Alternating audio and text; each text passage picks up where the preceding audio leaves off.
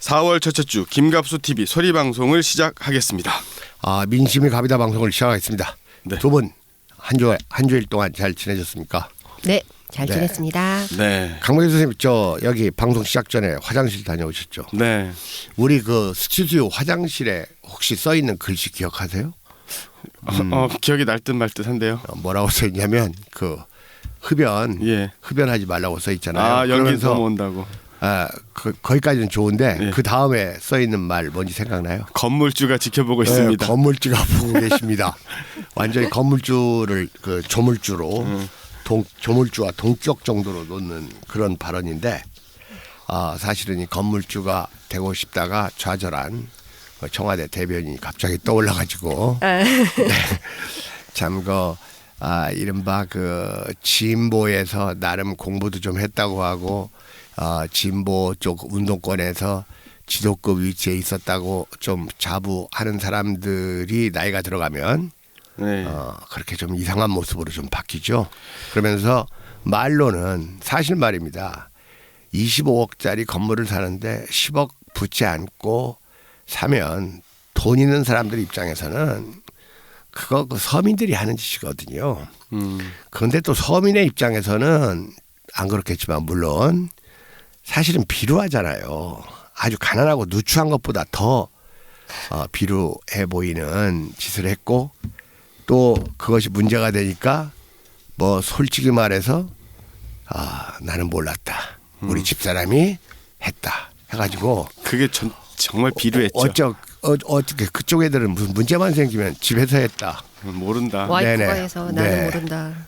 그런 말들을 하는지 그러면서 또 입만 뻥긋하거나 글 쓰면 어린이가 미래의 꿈이 건물주라고 하는 이런 나라하고 또 나라 비판을 하잖아요. 네. 그런 나라 안 만들려면 자기가 건물주 되겠다는 생각을 안 해야지 어린이들 얘기는 꼭 한단 말입니다. 예. 그러니까 사실 김의겸 전 청와대 대변인 같은 사람을 비난하는 이 자유한국당 애들은 너무나 말도 안 되고 모순이 되는 거지만 또 우리들 입장에서 볼 때는 왜 인생을 저렇게 살까? 그러면서 그 사태의 변이라는 것도 자기 집사람까지 동원해서 얘기하면서 또 그러면서도 또 멋은 부린다고 무슨 까칠한 대변인 드림 이러는 걸 보니까 저는 참 정말 그런 것이 보기가 싫어요. 그리고 전 다시 한번 느끼는 건데 그런 것은 좀 공부가 되거나 머리가 있으면 그렇게 안 하거든요. 그러니까 화석화된 거예요. 예. 좀 운동 좀 하고 진보랍시고 화석화되니까 그건 마음의 문제도 아니고 도덕의 문제도 아닙니다. 지능의 문제예요. 그러니까 지능이 굳어버린 겁니다. 제가 볼 때는. 그러니까 뭐라도 제대로 헤쳐먹고 물러나면 모르는데 그 얼마나 필요합니까? 그 통닭집 있고 있는 그 다닥다닥 붙은 옛날 죄와벌에 나오는 라스콜리니코프 살던 그 빈민가보다도 못한 그 빌딩 그걸 빚내서 사면서 그런 일로 물러나면서 여전히 이분 살아가지고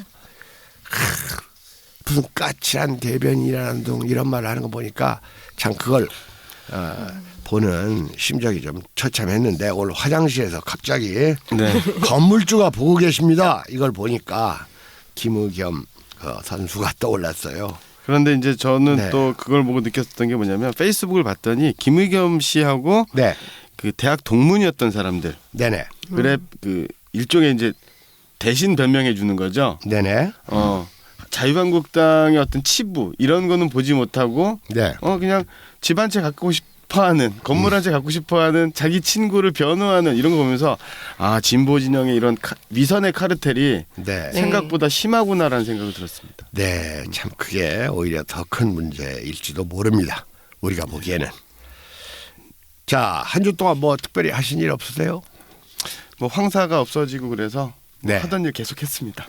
미세먼지가 지난주에는 좀 괜찮았습니까? 예, 어제 오늘 그제 좋았습니다. 보통임 이렇게 나오고. 저도 중국에 가서 나흘 동안 있었는데 거기도 공기는 좋았어요. 공기는 좋았는데 호텔 내 공기가 너무 나빠가지고 완전히 저급한 호텔에서 온풍기로 시설이 너무 안 좋았나 봐요. 네, 막 온풍기로 쏴대는데 아주 정신이 없어가지고 어젯밤 늦게 왔는데 과로도 했지만 아주 목 감기가 단단히 걸렸습니다. 오늘 방송 중에 좀 지저분한 기침 소리가 나더라도 우리 청취자분들께서 좀 양해해 주시기 바랍니다.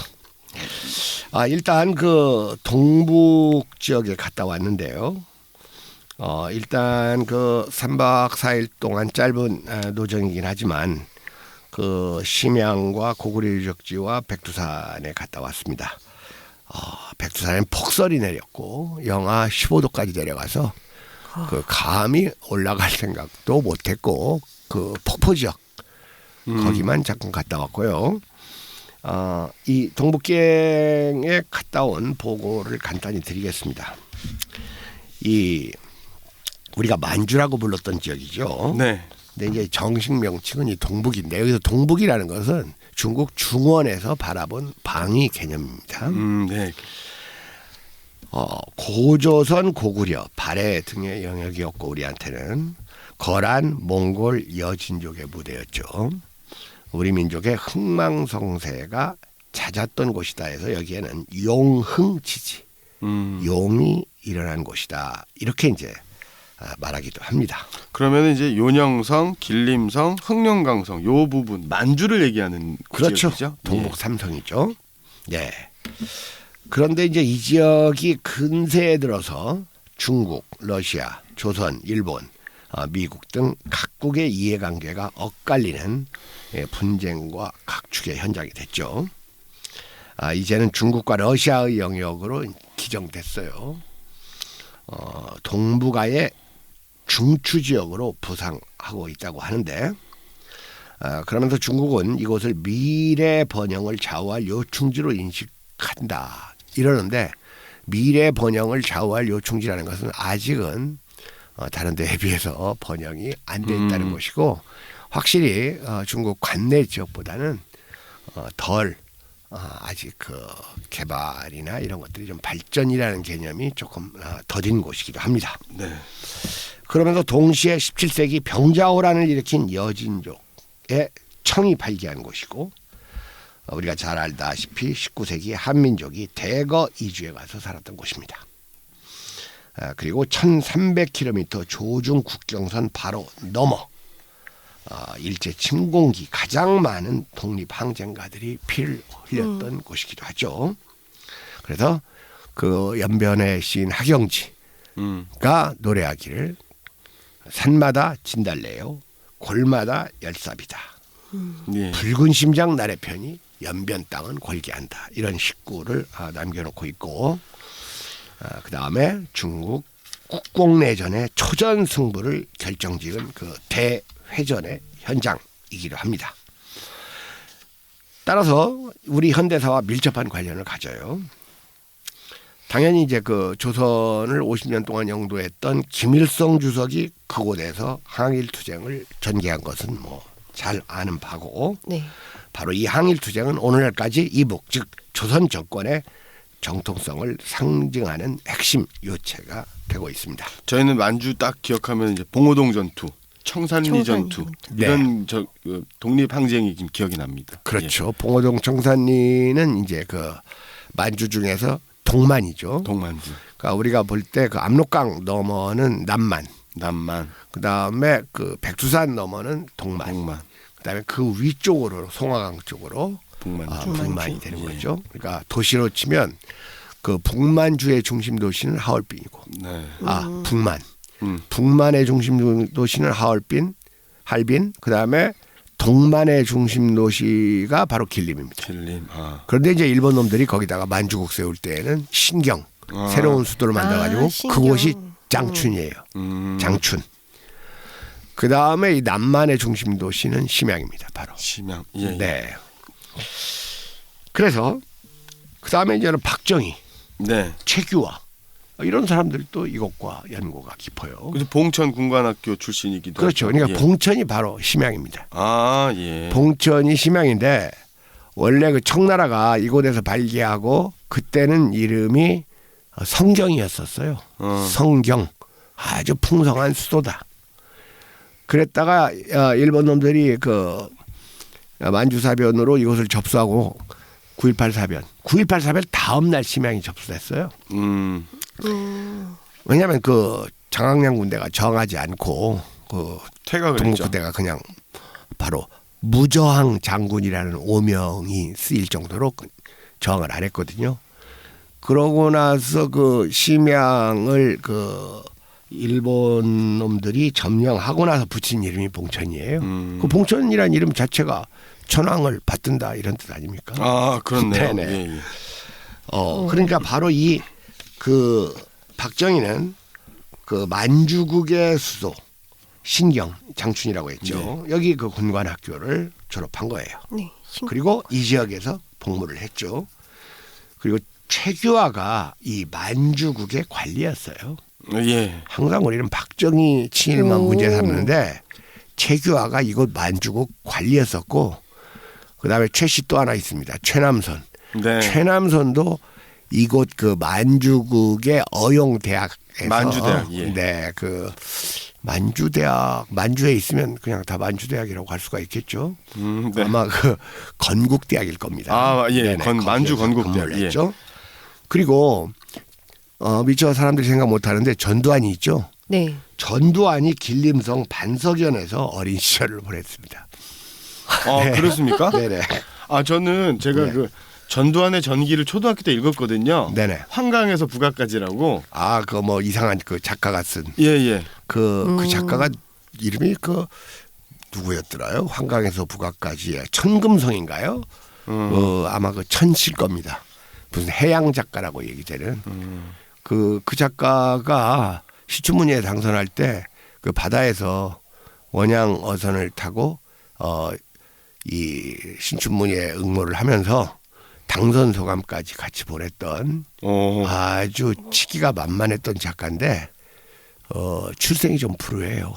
그래서 자기를 버린 어머니 이름만 대면 누구나 알만한 한국의 여류 소설가를 항상 따라다니면서 자기 어머니한테 그 이재선 씨가 하는 욕 이런 걸 많은 본인들이 있는 자리에서 막 하기도 했고 그 다음에 아주 그 말 그대로 그 이재선 씨 이상의 그런 모습을 좀 보였어요. 그래가지고 거기 뭐 여류 소설가들 아마 그 정연이라고 여러분들 아시는지 모르겠어요. 옛날 그 좀 나이 옛날 그 뭐 홍성원이라는 소설가하고 같이 뭐 그 정연이라는 그 여류 작가가 나이는 지금은 나이가 많이 들었지만 그 당시에는 좀 이렇게 좀 예쁘장한 외모를 가지고 있는데 막 가서 그냥 완전히 개기고 그러니까 막 이 정연이 같은 여류 작가가 막 야이 씨발로 맞다 같은 새끼 안 만나 막 도망가고 막 그랬던 일화들이 많이 있는데 그게 한강에서 북악까지 그 쓴 작가예요.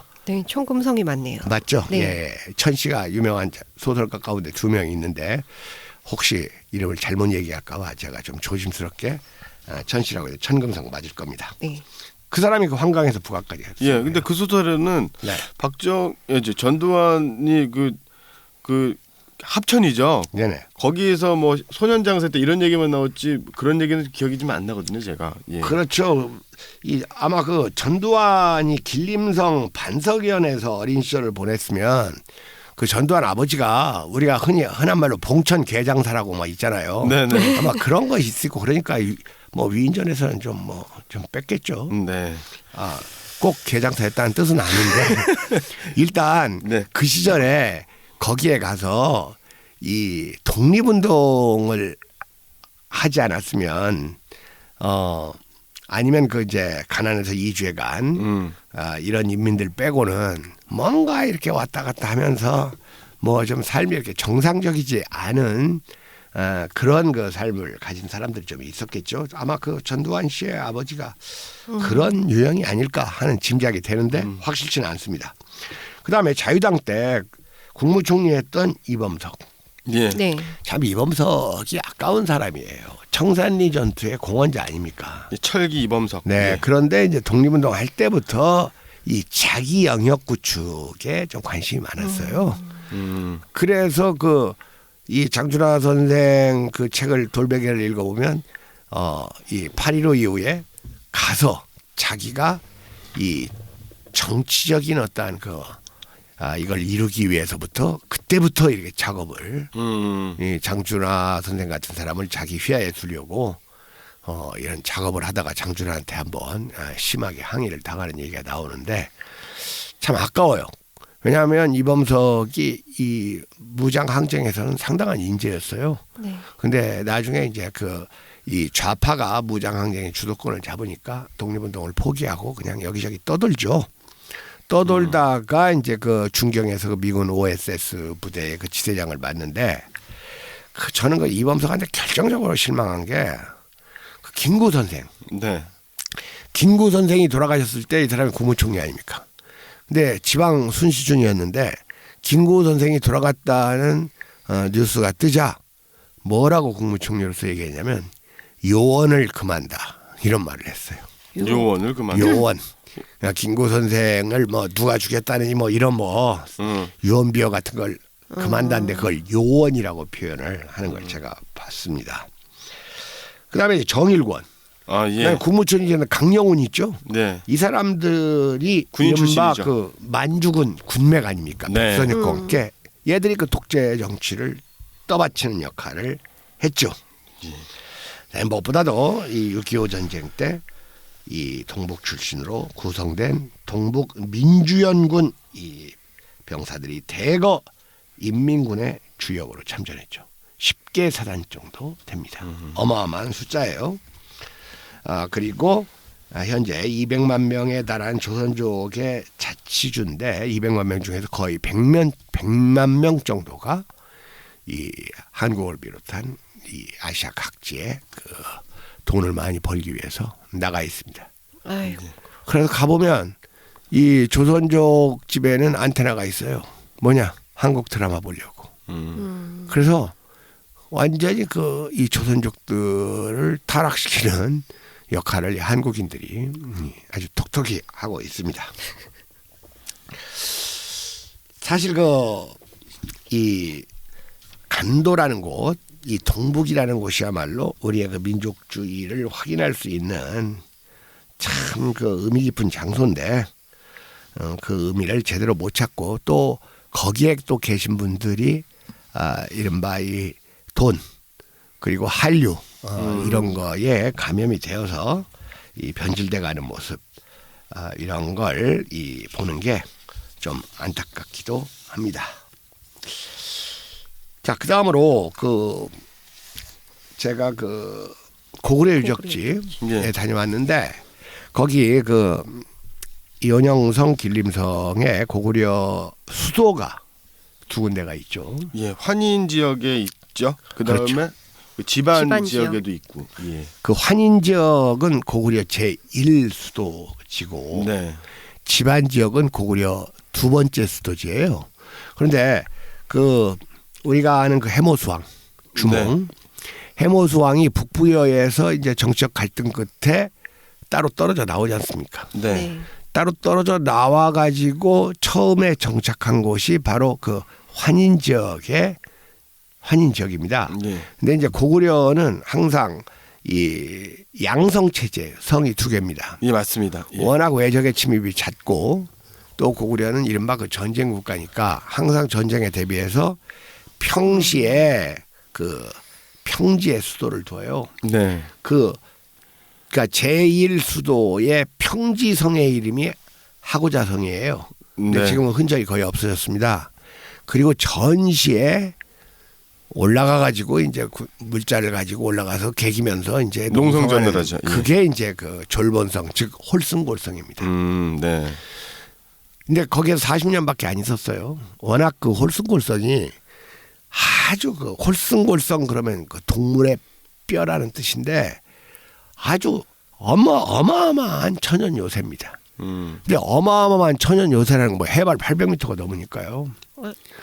어마어마한 천연 요새라는 건 그만큼 거기서 살기도 힘들다는 뜻이에요. 그렇죠. 그렇죠. 예. 그렇죠? 그렇게 높은데. 그러니까 오래 견디지를 못하고 유리왕 때 이제 천도를 하는데 국내에서. 바로 천도 제2 천도 지역이 바로 지반 지역이고 그 지반 지역의 평지성이 국내성이고 네. 산성이 그 환도 산성이에요. 근데 여기에서는 뭐 한 350년, 400년을 버티죠. 그러다가 그 장수왕이 이제 평양으로 천도하면서 그 엄청난 그 광개토왕비 이런 걸 이제 세우고 천도를 했는데, 그래서 제가 이 두 곳을 한번 이번에 다시 한번 들러봤습니다. 예.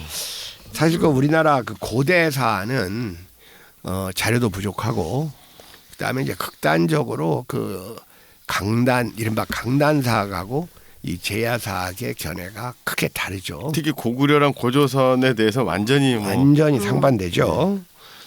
근데 지금 우리 역사책 중에서 우리나라 상고사를 거론하는 대표적인 책이 이제 삼국시대와 관련해서 4개 정도가 있어요. 예. 그러니까 삼국사기, 삼국유사, 조선상고사, 그리고 환단고기가 있습니다. 예.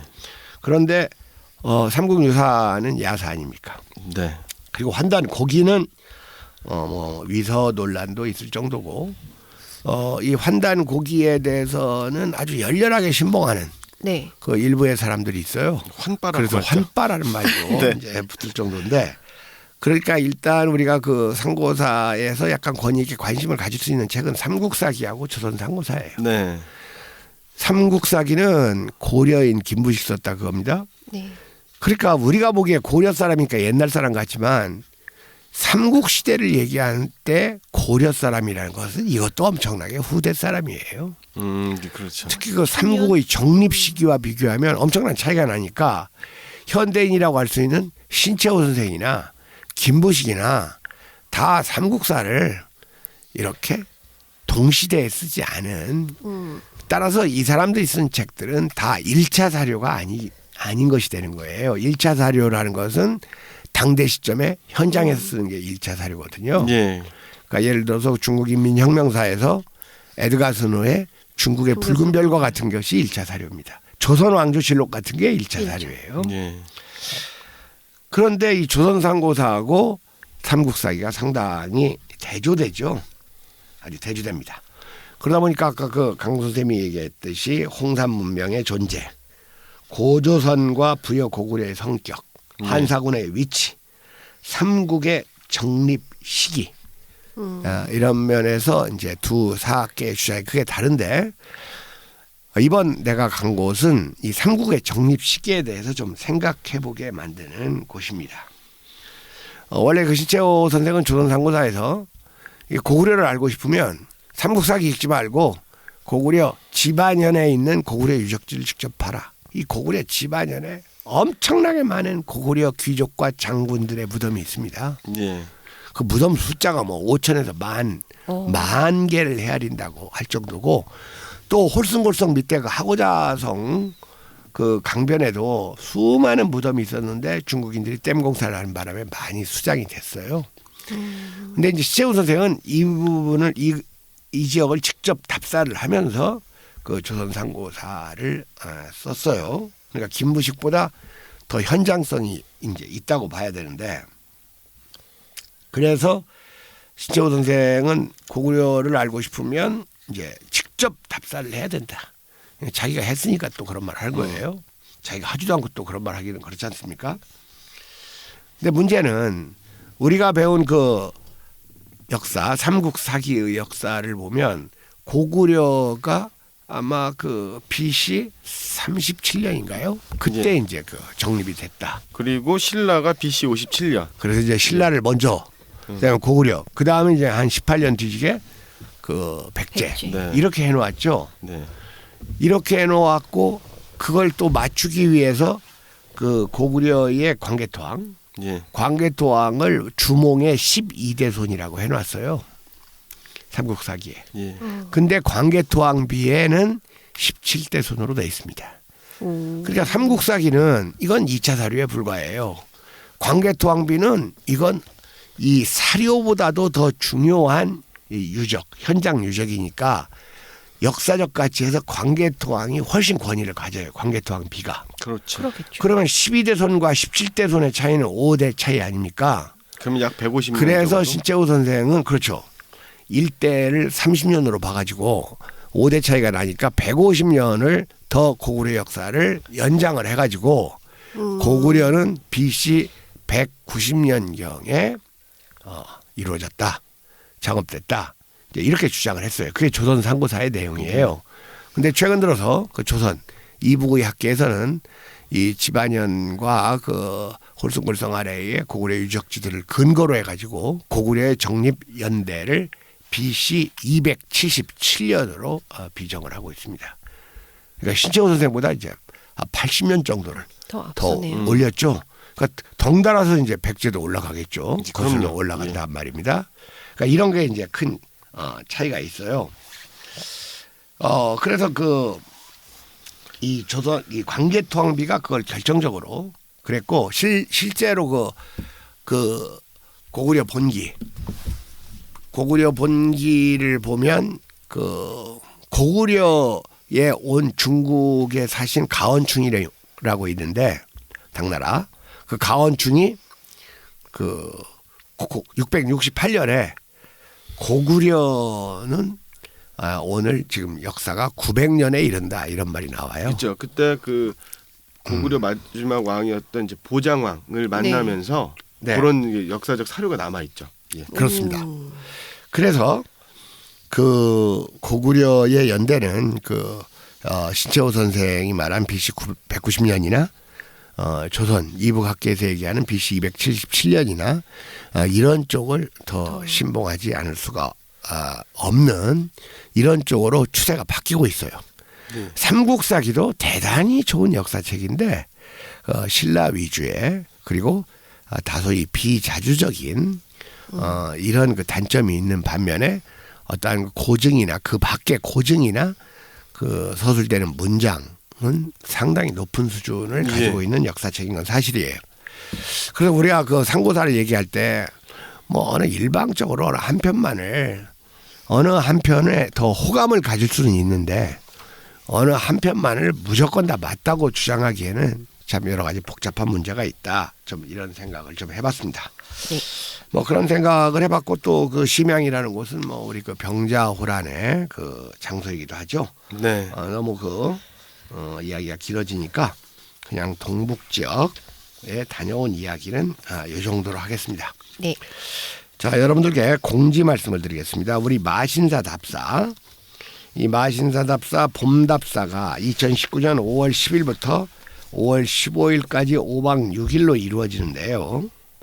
지난번에 말씀드렸듯이 그 마오의 생가와 열산응원과 청수당, 주위의 양록서원, 주수봉기광장, 정강산 혁명박물관, 북산 열산응원, 루이진 소비에트와 예핑촌, 대장정 도강지점 위두 등을 다녀보는 이 노정이 지금 20명 정원에서 한 2-3명 정도가 그 아직 그 충원이 안 된 채로 있으면서 한 명 정도가 또 탈락을 했어요.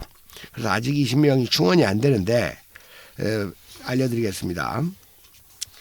이 4월 9일까지 신청을 하셔야지 우리가 제시한 그 경비로 항공 티켓을 구입할 수가 있습니다. 그러니까 4월 9일 이전이라도 20명이 되면 마감을 하겠고 4월 9일까지 그 신청을 하시면 그 제시된 경비로 가실 수가 있고 그 뒤에 신청을 할 경우에는 따로 개별 발권을 해야 돼요. 물론 20명이 안 됐을 경우를 얘기하는 겁니다. 다시 말해서 4월 9일 마감 그 전에라도 20명이 되면 정원을 마감시키고 그때까지 안 되면 이 항공권을 개별로 발권해야 되거든요. 이럴 경우에 그 개인 부담금이 한 10만 원 정도 늘어날 수밖에 없는 상황이다.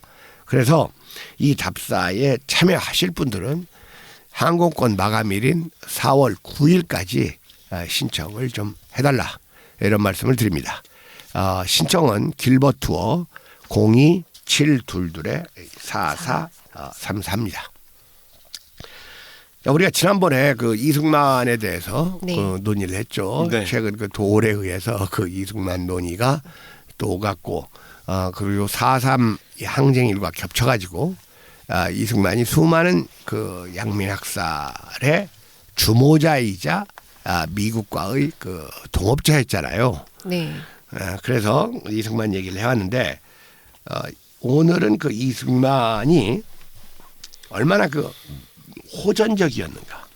그리고 그 이승만의 그 양민학살, 사실 사사방쟁에 대해서도 이승만의 책임이 또 크죠. 일단 그 미국의 그 초토화 작전의 일환이었지만 국내에서 볼 때는 그 이승만의 책임이 가장 크다고 할 수가 있습니다. 일단 그 박태균 선생이 쓴 한국전쟁이라는 책이 있습니다. 여기에 보면 이승만이 얼마나 그 호전적이었는가가 그 근거가 제시돼요. 이 책에 이런 내용이 있습니다. 이승만이 미국인 정치고문 로버트 T. 올리버에게 보낸 편지글인데 이것이 6.25 9개월 전인 1949년 9월 30일 작성된 겁니다. 나는 지금이 우리들이 공격 조치를 취하고 평양에 있는 잔당들을 소탕하기 위한 절호의 시기라고 절실히 느끼고 있습니다. 우리는 김일성파의 인간들을 산악지대로 축출하고 그들이 그곳에서 굶어 죽게 할 것이며 그 다음에 우리의 방어선은 압록강과 두만강 연안에 걸쳐 증강되어야 할 것입니다. 자, 이런 걸 보면 그 이승만의 북침 의지가 얼마나 강했고 이것을 또 외세에 의존해서 미국인에게 그 요청하는 이승만의 모습이 나타나고 있죠. 네.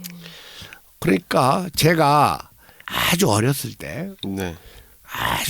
때니까 그 4.19도 나기 전이에요. 아주 어린 시절에 제가 그 우리 형이 다니는 그 초등학교에 이제 그 저녁 시간에 놀러 갔어요. 형이 안 오는 거예요. 끝나니까. 그러니까 아마 어머니가 심부름을 보냈는지. 근데 아주 땅거미가 지고 있는 시간인데 그 초등학교 애들이 이제 그때 내가 보기에는 뭐 형님들이었지만 그 초등학교 애들이 막 말타기 같은 이런 걸 하면서 막 와 옮겨다니면서 그 담임 선생하고 구호들을 외치는 거예요. 그 구호가 북진통일입니다. 북진통일. 그 초등학교 애들이 그런 기억이 지금도 이제 생생해요. 이승만 정권 때는 그럼요. 그런 구호를 막. 그러니까 이승만 정권 때는 북진통일을 입에 달고 다녔어요. 그러니까 6.25 직전에도 조병옥이가 서울신문에 칼럼을 써가지고 북진의 당위성을 주장하는 글을 써가지고 많은 식자들의 그 빈축을 또 사기도 했다 그겁니다. 자, 그런데 그 김성칠 선생이 쓴 그 역사 앞에서 보면 그 6.25 직전에 북에서 그 이른바 그 평화사절단을 파견했다는 내용이 나오죠. 네. 근데 어떻게 했습니까 이승만이? 돌려보내. 다 체포했죠. 북에서 온 특사를 잡아다가 온갖 고문을 가해가지고 며칠 만에 다 전향 선언을 하도록 만들어냈습니다. 이런 거에 대해서 이제 김성칠 선생은 그 역사 앞에서 해서 그 일기에 그 한 토막의 글을 남겨놓고 있는데 제가 한번 읽겠습니다. 이북의 소위 조국 통일 호소에 대한 이남의 처사도 온당한 것이라고 할 수는 없다. 넘어온 사람은 곧 되돌려 보내고 그 제안의 불합리함을 천하에 밝히는 것이 떳떳한 일이 아닐는지. 제안의 내용은 우물쭈물 비밀에 붙이고 이른바 호소문을 가져온 사람을 잡아서 전향을 시키고 방송을 하고 하니 아무리 억제 제안을 가져왔대도 사자의 형식으로 월경에 온 사람들을 잡아서 족치는 것이 도리의 어긋남이며 그들이 대한민국에 넘어와 보고 감격한 나머지 이북을 배반하기에 이르렀다는 발표는 좀 지나치게 어수룩한 수작이고 국민은 또 어떠한 고문을 썼기에 일껏 결심하고 넘어온 사람들로 하여금 그토록 쉽사리 변절하게 했을까 하고 다시 한번 생각하지 않을 수 없을 것이다. 어쨌든 북에서 어떤 의도로 이 평화사절단을 보내는지는 몰라도 이제 최근 기록과 맞춰보면 이 스탈린의 그 권유에 따라서 그 6.25 전면전 직전에 좀 이렇게 평화적인 그 이 액션을 취해야 된다. 뭐 이것과 또 맞아 떨어지는 그 행위일 수도 있는데 이렇게 해놓고 6.25가 터지니까 즉각 도망쳤죠 이승만은. 빠르죠. 아주 뭐 완전히 그 뭡니까 그 반사작용처럼 전광석화처럼. 네, 예, 도망치고 너무 많이 가죠. 서울에 있는 것처럼 위장하면서 예. 방송을 했죠. 네. 네. 그래서 대전에서 네, 방송됐죠. 우리는 시민들에게 비난하지 말고 직장을 지키라. 근데 그거 좀 이게 이 전파 전문가들은 그 소리를 알아요. 이게 서울의 소리인지 아니면 그 서울에서 떨어진 곳에 보낸 소리인지를 그 당시에는 그 동네마다 전파사들이 좀 많았었잖아요. 그러니까 그 전파사 하는 사람들은 그걸 알았다고 해요. 그런데 어쨌든 그런 식으로 그리고 이승만 정부는 허겁지겁 한강다리를 끊었는데 이게 그 6.25 전면전 발발 불과 72시간 네. 즉 3일도 안 되어서입니다. 근데 한강다리 끄는 이야기도 보면 이건 뭐 정말 이런 비상식도 몰상식도 이런 몰상식이 있을 수가 없어요. 그 한강다리 끊었다고 그 애꿎지는 않지만 그 공명감만 처형당했잖아요. 네. 그 소련군 탱크가 이제 소련제 탱크 T-34가 말 그대로 저 의정부에서 그냥 이게 왔잖아요. 근데 네. 의정부에서 이 T-34가 오면서 그 전에 그 창동 네. 서울 창동 있지 않습니까? 네. 그 창동 전에서 T-34 탱크가 두 갈래길로 갈라졌어요. 훨씬 전에서 하나는 저 교문리 즉 퇴계원 쪽으로 가고 하나는 이 미아리 쪽으로 온 거예요. 근데 이 퇴계원 쪽으로 갔는데 거기서는 길이 좀 끊어집니다. 끊어지니까 이 T-34가 더 이상 못 가고 다시 돌렸어요. 돌리고 이 미아리 고개 쪽으로 온 T-34는 이제 아주 질풍노도처럼 이 서울 장안으로 들어왔는데 완전히 국군이 그 소련제 탱크에 겁을 먹고 있었잖아요. 그래서 이 소련제 탱크가 넘어와서는 절대 안 된다. 그래서 이제 다리를 서둘러서 끊으라고 한 거예요. 근데 그때 어떻게 상황이 됐냐면 그 당시에는 아직 그 T-34 소련 탱크가 서울 북쪽 변두리에 있을 때예요. 그러니까 지금으로 치면 미아리 삼거리, 미아리 고개하고 미아리 삼거리는 또 달라요. 미아리 고개는 도남동 쪽으로 와 있지만 미아리 삼거리는 저쪽 수유리 쪽으로 그 방향이거든요. 한 몇 킬로 떨어져 있는데 거기도 도달하지 않았을 텐데 때고 국군이 수만 명이나 강북에 있었고 네. 한강 이북에. 그런데 왜 끊었냐면 이제 새벽에 얘들이 이제 언제 끊을까 이제 하고 대기하고 있었어요. 네. 대기하고 있었는데 용산 쪽에서 지금 여러분들 지금 동부 이촌동 그 이제 한강 인도교를 생각하면 돼요. 그 지점을 이 용산 쪽에서 그 이상한 소리가 들리는 거예요. 새벽에. 아, 예. 네. 우르르 들리는데 그게 무슨 소리냐면 그 기마 경찰들 말소리였어요. 근데 그걸 탱크소로이라고 끊어버린 겁니다. 네. 아무런 경고 없이. 근데 그 끊을 당시에 무려 500명 내에서 1000명 정도의 사람들이 다리를 건너고 있었어요. 자동차도 다리 위에 있었고 그런데 그냥 끊어버린 거예요. 그리고 그렇게 허겁지겁 도망가면서 한국은행 지하에 있는 돈도 다 그냥 놓고 갔어요. 찍어내면 되니까 지들이.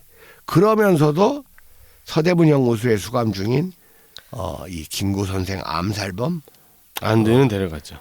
안두이는 데려갔고 또 최대한도로 그 좌익 인사들을 적출해서 사살하고 갑니다. 네.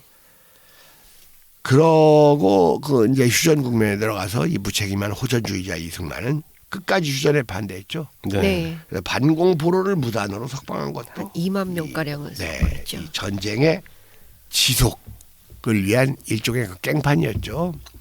근데 이승만이 그렇게 호락호락한 사람은 아니에요.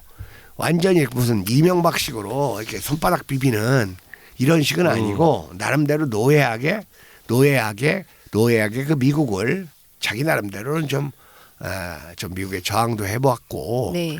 또 그 미국 관리들하고 철저하게 자기를 위하는 미국 관리들한테는 철저하게 협조했지만 자기를 좀 가볍게 여기거나 자기를 좀 배척하려는 미국 관리들하고는 또 싸울 줄도 아는 어쨌든 자기 보신을 위해서는 아주 타고난 선동가고 지략가입니다. 이승만이. 그러니까 이승만이가 하지하고는 별로 사이가 안 좋았었잖아요. 네. 네, 그러니까 그 말도 안 듣는 네. 이승만이라고. 그러니까 하지하고 사이도 안 좋고 그러니까 하지하고 영어로 얘기하다가 시적이려면 갑자기 한국말로 막 하지 씨브랄럼 막 이런 욕을 했다고 이런 일화가 있지 않습니까? 그러면서 그 당시에 메카더가 이제 그 중국군의 참전으로 그 압록강 두만강까지 못 치고 올라가고 대래 후퇴를 하니까 그 동북 지역과 이북 지역을 핵폭탄으로 네.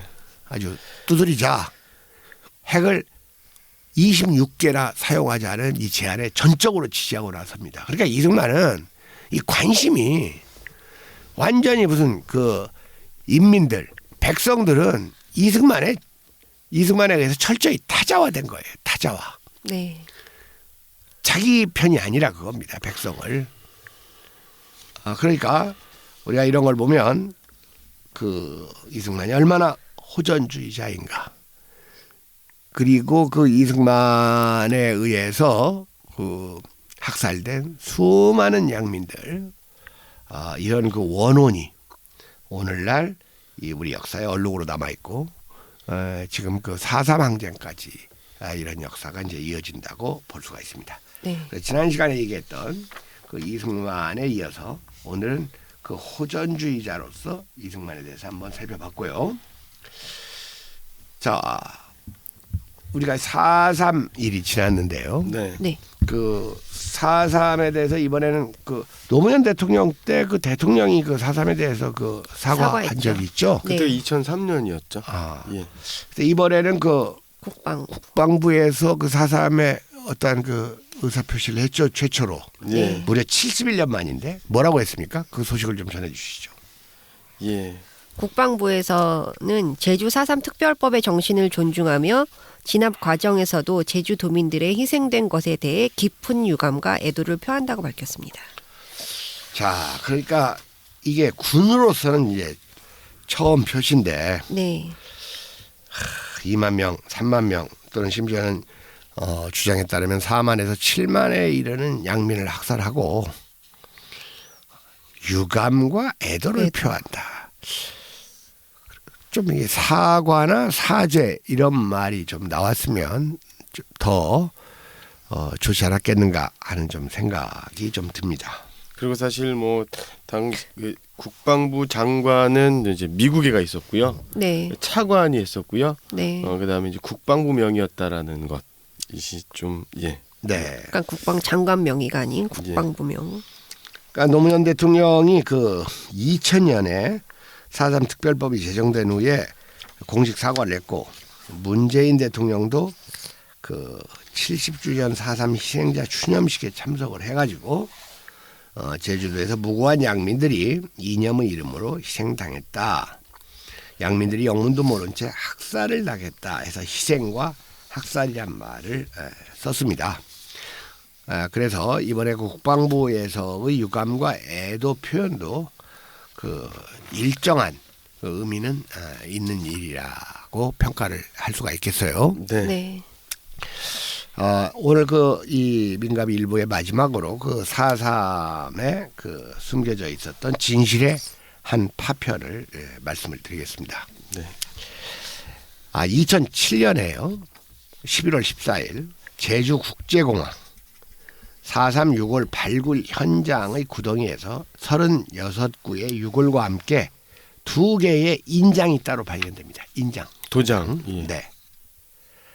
60년 세월에 마모되어 희미한 그 인장 하나에는 희전 사람 이름입니다. 또 다른 하나에는 양봉석이라고 도장 이름이 새겨져 있었어요. 그리고 며칠 후에 제주대학교 조사단은 1947년 제주도 대전국민학교에는 김희전 교사가 근무했고 의귀국민학교에 양봉석 교사가 교편을 잡고 있었음을 확인합니다. 네. 이 소식을 들은 그 양봉석 교사의 아우 양봉천 씨. 당시 나이가 60이었는데요. 서귀포 분입니다. 그 당시 보도된 그 연합뉴스에 따르면 볼을 타고 내리는 눈물을 닦으며 행방불명된 것으로 알고 있었습니다. 도무지 일이 손에 안 잡힙니다. 유해가 옮겨지기 전에 형님께 술 한 잔을 올리고 싶습니다.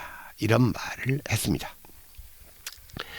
이 제주국제공항에는 지금 여러분들이 놀러 가고 신혼여행 가고 MT 가는 이 제주국제공항에는 최소 500명에서 700명까지의 희생자가 암매장되어 있을 것으로 추정됩니다. 네. 그리고 그 당시에는 이걸 제주국제공항이라고 안 했고 이름이 제주도 말인 정뜨르 비행장이었죠. 예, 정뜨르 비행장. 네. 바로 1949년 2차 군법에 의의 사형수 249명. 그리고 1950년 6.25 전쟁 발발 직후 도내 예비 검속자 500명 등이 총살 매장되었다고 보고되었기 때문입니다. 그러니까 예비 검속이란 거 아시죠? 네. 예비 검속. 전쟁이 날 것 같으면 자기들한테 협조 안 할 것 같은 생각이 드는 사람들을 미리 체포하다가 구금 또는 사살하는 겁니다. 네. 그러니까 이걸 제주도에서 제일 많이 했죠. 예.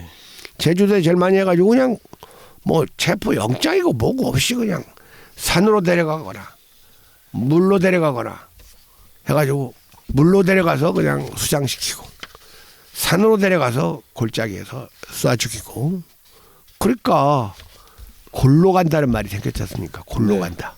그게 그때 생긴 말이에요. 너 골로 가고 싶어? 물 먹고 싶어? 죽고 싶어? 예. 이런 말이죠.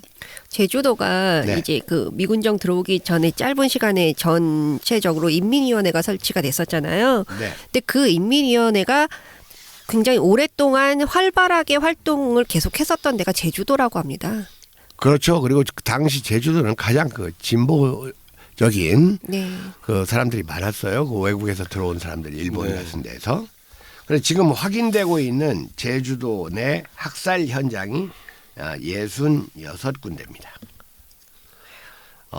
결코 많은 게 아니에요. 숫자에 비하면. 이건 그러니까 아직도 현장 확인이 다 안 됐다는 의미를 또 내포합니다. 미군에서 파악하는 거는 그 당시 제주도에서 살고 있는 인민의 절반이 처형을 당했다라고 이렇게 얘기는 하고 있어요. 그렇습니다. 그래서 이 학살 현장의 증언 같은 것을 하나 예로 들어보면 군 트럭에 실려온 주민 30여 명이 이곳에서 총살된 뒤 가리똥 동산에 안매장되었습니다. 화북국민학교에 집결해 있던 도피자 가족 중 일부는 학교 운동장에서, 여자들은 트럭에 태워져 누러이, 이 누러이가 제주 교대 남서쪽에 있는 곳의 지명입니다. 누러이에서, 남자들은 고니모루 저수지에서 총살되었습니다. 그때 저수지 물이 핏빛이었습니다. 네. 자, 이런 데 말고도 다랑시굴, 애월읍 바치오름, 그다음에 현의 합장지, 제주시 화북천, 별도봉 동굴, 아까 얘기했던 정뜨르 비행장 등이 대표적인 학살 현장이었습니다. 이 대량 참극은 아이러니하게도 일제로부터 해방된 둘째 해인 1947년 3.1절 기념 행사에서 시작됐죠. 네. 물론 당시는 미군 정치하였는데요. 해방의 여운이 가시지 않은 그의 3.1절 기념식에 제주도 3만 도민이 참석을 했어요. 방금 말씀드렸듯이 당시 제주도는 전국에서 가장 진보적 성향의 지역이었고 해방 후 이방을 떠돌던 6만 명이나 되는 그 유입 인구가 새로 들어선 땅이기도 했습니다. 그런데 이 기념식이 파할 무렵에 군중들이 통일조국 전치를 외쳤거든요. 바로 여기에 바로 이 4.3 항쟁의 그 핵심적 성격이 있는 겁니다. 왜냐하면 우리가 그 국공내전, 중국 국공내전에 이 조선이 많이 참전했다고 했지 않습니까? 네. 네. 그리고 이미 그 사람들은 이 1945년 8월 15일을 기점으로 조선에서도 내전이 시작된 것으로 본 거예요. 실제 내전이라고 하기에도 부족함이 없을 정도의 학살극을 벌이고 있었죠. 네. 그리고 좌익 소탕을 벌이고 있었고. 네. 그러니까 그걸 내전 중이라고 파악을 하고 그 내전이 지속되는 가운데 이대로 있다가는 오히려 더 당할 것 같으니까 군비를 보강해가지고 내전을 확대한 것이 6.25라고 보면 돼요. 그런데 그 8.15부터 그 6.25까지 더 구체적으로 얘기하면 45년 8월부터 48년 8월까지 48년 8월은 남과 북에 이미 국가가 들어서 가지고 분단이 확정이 되지 않습니까? 네. 그때까지는 이 통일조국으로 출발을 해야 된다는 이 통일지향 세력과 남한만이라도 단독 정부를 세워야 된다는 이 단정 세력과의 내전이었다고 봐야 돼요. 네. 그런 이 단정 수립에 반대한다는 것은 그러니까 통일을 지향하는 거예요.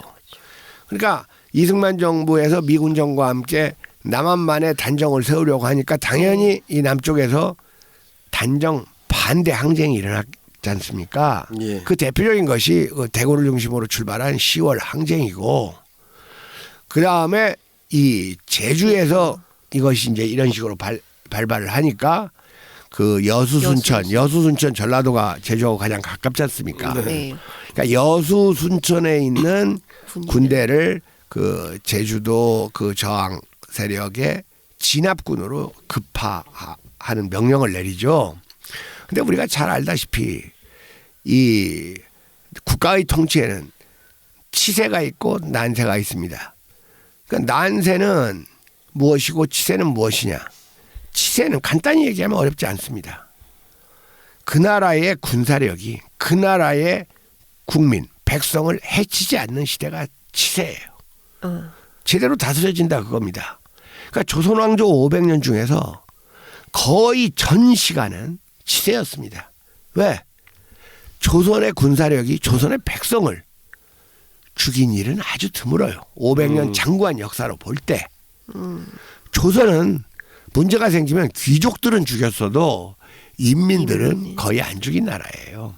네. 조선 말기 들어서 이제 그 외세의 침탈이 심해지고 그러니까. 근데 이 대한민국은 건국 직전부터 건국 이후부터 얼마나 많은 공권력의 이 양민 학살 이런 게 있었습니까? 광주가 또 최근에는 그 대표적인 거 아닙니까? 예. 그러니까 바로 그때 그 여순항쟁이라는 것도 이제 그래서 발발을 하는 거죠. 그러니까 다 이건 통일 지향 세력의 항쟁이라고 봐야 돼요. 네. 그러니까 이제 통일조국 전치를 외치니까 총을 그냥 쏴버렸지 않습니까? 그래서 이 3.1절 기념식 결과 그 제주도 관덕정 그리고 도립병원 앞에서 6명이 사망하고 8명이 중경상을 입게 되자 다음날 이 3.1 사건 대책 남로당 제주도위원회가 결성되고 3월 10일부터는 제주도청을 시작으로 일제 때에도 전례가 없었던 민관 총파업이 이루어져 가지고 제주도 전체 직장인의 95%가 이 파업에 참여합니다. 그리고 일주일 뒤인 3월 12일에는 경무부의 최경진 차장, 그 당시에 경무부장이 바로 조병욱입니다. 예. 이 최경진 차장이 제주 파업 사태를 언급하면서 원래 제주도는 주민의 90%가 좌익 색채를 가지고 있었다. 드디어 이제 종북몰이가 시작된 네. 거예요. 무시무시한 메커니즘이었죠. 90% 제주도 인민의 90%를 이 사살의 대상으로 이 간주하는 발언이었어요. 사실 그때만 해도 별로 희생자가 많지는 않았어요. 왜냐하면 그때만 해도 당국에서 한편으로는 진압을 하고 한편으로는 선무 좀 이렇게 달래고 설득도 했었거든요. 근데 문제는 갑자기 섬에 들이닥친 서북청년단. 얘들이 점점 도민들의 이제 불만을 고조시키고 있던 때입니다. 그러던 차인데 1948년 3월 14일 모슬포 지서에서 양흔아 청년의 고문치사 사건이 발생합니다. 항상 이 고문치사는 엄청난 이 폭발력을 행사하지 않습니까? 네. 그리고 이를 보고받은 남로당 제주도위원회에서 단정 반대의 행정 목표와 무장투쟁의 행동 강령을 최종 확정합니다.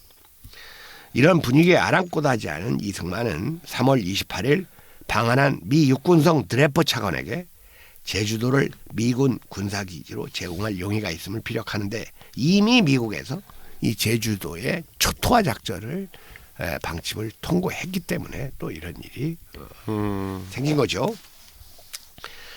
남로당 제주도당은 회합을 갖고 무장투쟁 개시를 4월 3일로 확정지었습니다. 그래서 4.3 항쟁이 되는 겁니다. 무장투쟁 개시로 네. 정한 날이 4월 3일이에요.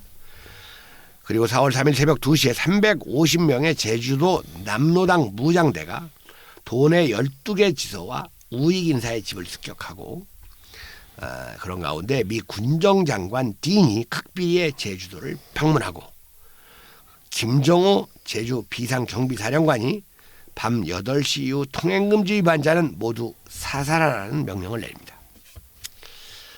사태는 5월까지 진정되지가 않자 미군 수뇌부가 무장대를 총공격하여 사건을 단시간 내로 해결하라는 명령을 내리고 6월 2일에는 제주 주둔 미군 사령관 브라운 대령이 제주도의 서쪽에서 동쪽까지 모조리 휩쓸어버리는 작전, 이른바 초토화 작전이죠. 초토화 작전을 실시합니다. 그런 가운데 1948년 8월 15일에 대한민국 정부가 출발을 해요. 네. 도민들의 불안감은 적중해가지고 8월 20일에 대한민국 정부 출범 닷새 만에 800명의 경찰이 제주도에 증파되고 이승만은 그 당시 법조문에도 없었던 계엄령을 내려서 토벌작전을 감행을 하고 그 결과 일단 소강 국면으로 들어섭니다. 해안 5km 이상의 바로 이 지역이 그 중산간지대. 중산간지대죠. 네. 이 마을이 모두 토벌의 표적이 되어서 가옥이 불살라지고 최소 1만 2천 명 이상의 주민이 다 죽어나간 후였습니다. 1950년 5월 30일에 제주도 국회의원 선거가 치러졌는데 이 6.25 발발 직전 시점에서 이 도지사가 발표한 인명피해자만도 이때까지 3만 명에 이르렀습니다. 그러니까 1,000명 이하에 불과한 남로당 무장대원을 진압하기 위해서 수만 명의 양민을 이 무차별로 희생시킨 거라 겁니다. 네. 6.25 발발 직후인 1950년 7월 6일 전 제주지구 예비 검속자 명부 제출의 건이 제주도 경찰국장에게 하달되고 이때부터 예비 검속자에 대한 천인공노할 만행이 벌어집니다. 주정공장 수감자들이 사라봉 앞 바다에 수장되고 서귀포 관내 수감자 150명이 바다에 수장되고 제주경찰서 등지에 수감되어 있던 예비 검속자 수백 명이 제주 앞바다에 수장됐습니다. 그리고 50년 8월 19일 밤에 제주경찰서 유치장에 수감되어 있던 500명 이상이 바로 제주 비행장에서 총살된 후 안매장됐습니다. 아까 그 이야기의 맨 앞부분 희전 씨와 정ጥ르. 양봉석 교사 그리고 8월 20일에 모슬포 관내 수감자 250명이 군에 송치되어 송악산 서달 오름에서 집단 총살됐습니다. 아울러 섬이 아닌 목포 형무소 수감 제주인과 제주도 사람 출연해가지고 대전 영무소에 수감되어 있던 제주도 사람 300명이 여수순천 관련자 700명과 함께 영문도 모른 채 직결처형 나갑니다. 50년 10월 10일 계엄령이 해제되고 잔류 예비검속자가 일단 석방이 되고 이로부터 4년 후인 1954년 1월 15일 제주도 경찰국장은 자녀 무장대가 6명뿐이라고 발표를 하는데요. 이들마저 소탕된 1954년 9월 21일에야 한라산 금종령이 해제됨으로써 이 4.3 사건은 7년 7개월 동안의 악몽 같은 이 터널을 벗어나게 됩니다. 우리가 이제 4.3 사건이라고 하면 여기에는 그 양민 학살의 개념이 이제 포함될 수가 있고 4.3 항쟁이라고 하면 정식 명칭은 4.3 항쟁인데 그때마다 이 문장 사용의 목적에 따라서 4.3 사건이라고 또 할 수도 있어요. 이쪽에서 볼 때. 그러나 이제 정식 명칭은 4.3 항쟁입니다. 그리고 초기에 이 남로당 제주도위원회가 개입되어 있는 게 사실이고 그렇긴 하지만 그들을 제압한다는 소수의 그들을 제압한다는 명목으로 이렇게 많은 양민을 학살한 것은 2차 세계대전 이후에 가장 많은 양민 학살이라고 봐야 됩니다. 2007년에 이명박 정부가 4.3위원회를 해체해버렸어요. 그리고 그러자 수구 세력은 희생자들에게 또다시 이 빨갱이 덧치를 시도했습니다. 자, 그런데 여러분 좌익이면 어떻고 빨갱이면 또 어떨 거예요. 지금 시대는 변화하고 있습니다. 네. 좌냐 우냐가 중요하지 않습니다. 좌건 우건 우리의 전통과 민족 정신에 근거하는 이 새로운 세력이 진정한 그 진취 세력이라고 저는 봐야 될 것 같아요. 그래서 이 좌우로 나누고 진보 보수로 나누는 이러한 이념의 분류법이 역사 발전을 엄청나게 지체시키고 있다는 생각을 좀 해야 될 것 같습니다. 어두운 그 역사를 가지고 있지 않은 나라는 없어요. 하지만 그 어두운 기억을 어떻게 규명하느냐에 따라 그 나라의 미래가 결정됩니다. 2차 대전 후 처음 벌어진 세계 최대의 학살극이었던 4.3. 그리고 사실 이것은 어떻게 보면 3,000년 우리 역사에서 최대의 양민 학살극이었다고도 할 수가 있습니다. 어두운 과거를 묻어두는 자들에게는 어두운 미래가 대기하는 법입니다. 주검의 산과 피의 바다, 남도 제주. 바로 이 제주가 해원 상생하고 새로운 그 화해와 화합의 그 꽃으로 피어나기를 이 4.3을 지내면서 기원합니다. 자, 이 민심합의다 소리방송 1부는 이 4.3 항쟁을 논의하는 것으로 끝내도록 하겠습니다. 네, 간단히 하려고 했는데 조금 더 시간이 지났습니다. 네, 2부에서 뵙겠습니다. 네.